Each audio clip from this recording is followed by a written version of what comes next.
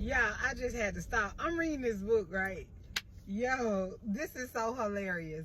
Let me tell y'all something. People that underestimate people from men from the rainbow community always have me so fucking tickled. I'm reading this book, right? And the dude did this girl dirty, right? The dude the girl got a best friend that is a gay male. They both hairdressers, and he has a best friend that is a male.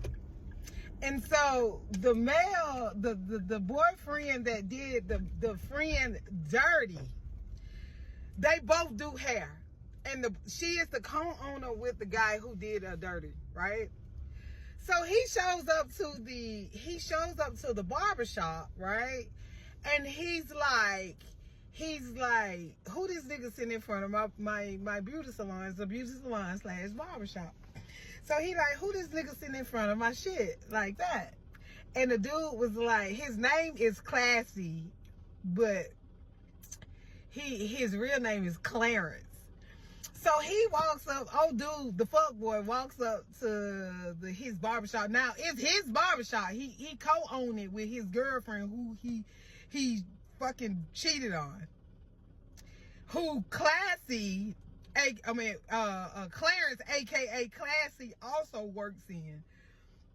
And when he show up, Classy, the dude like, who this nigga sitting in front of my shop in the chair? And Classy, he said, and he walk up, Classy is in all black with Air Force Ones on, smoking a black and mild. He a whole nigga today.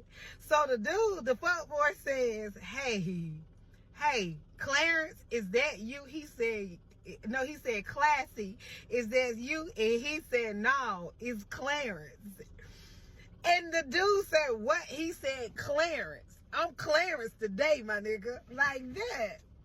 And he said, what you mean? He said, you remember Clarence back in the day? Clarence used to bust niggas' ass. Oh, you about to get your ass bust today.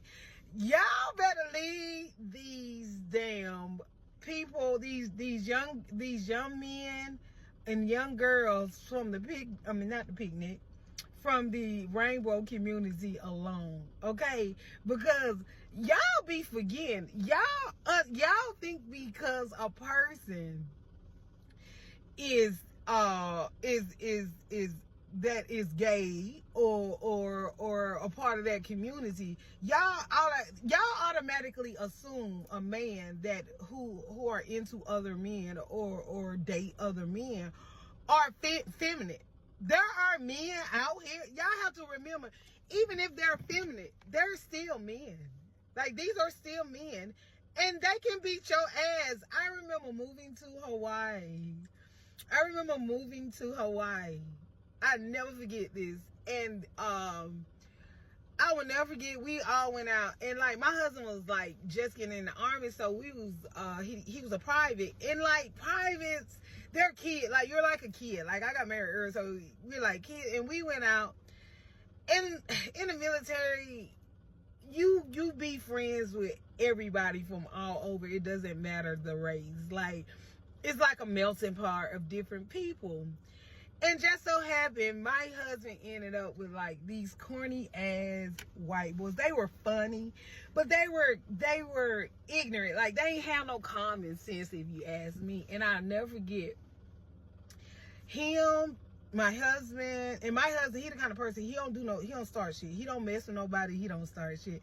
Long story short, they went out with other privates that was they had already been to Hawaii. I had just got there. My husband was there like 4 months before I got there.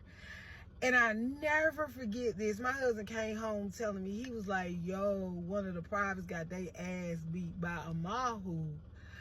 And I hope I said this right, if I remember it correctly.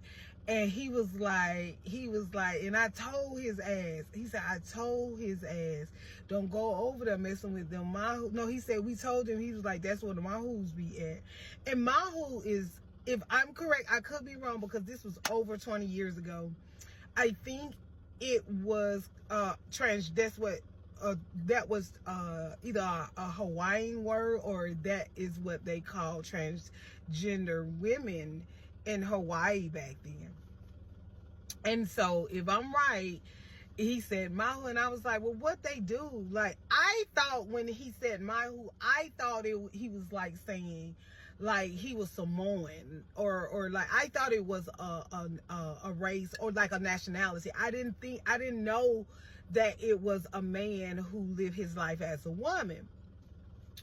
And so one of the guys said, like, he asked him, he said, you in the Mahus like that? And the guy was like, what's that? And he was like, pretty much it was a man that lived his life as a woman. And the guy was like, he was ignorant. He was like, no, fuck them. You know, he was just going in. And he was just like, and my husband was like, hey, my nigga, no, we don't do that. We don't start shit with people. The people ain't bothered. My husband has always been like that. We have a lot of friends from the rainbow community. Me and my husband, we don't care. Like, me and my husband, like, we have this one friend who do shows. We used to go to all his shows, like the drag shows. Like, him and my husband was with my husband in the army before the Don't Ask, Don't Tell. So we used to go all the time with him to shows, because like my husband, he used to be like, hey, I need you to go with me, because sometimes people would mess with him. And my husband, like, we have a brother that is one of our brothers, my god brother is gay. So like my husband like, okay, I'll go with you, because ain't nobody gonna fuck with you. So we used to always be at the show. So anytime people mess with somebody from that community, my husband, he was like, hell no, like, you know what I'm saying? He was with it. So so when the guy started messing with the Mahu, my husband's like, hey, stop playing. And if they come over, if you go over there fucking with them and they beat your ass, we gonna let them beat your ass. This kid, this guy, this picnic guy, he was drunk, he was acting stupid, and he walked over there and he gropes the Mahu. Holy shit. Y'all, when they came to the house that morning, y'all ever seen Martin, the episode? So when Tommy Hitman Hearns, I think that's what he called, had beat up Martin. That is what that white boy looked like.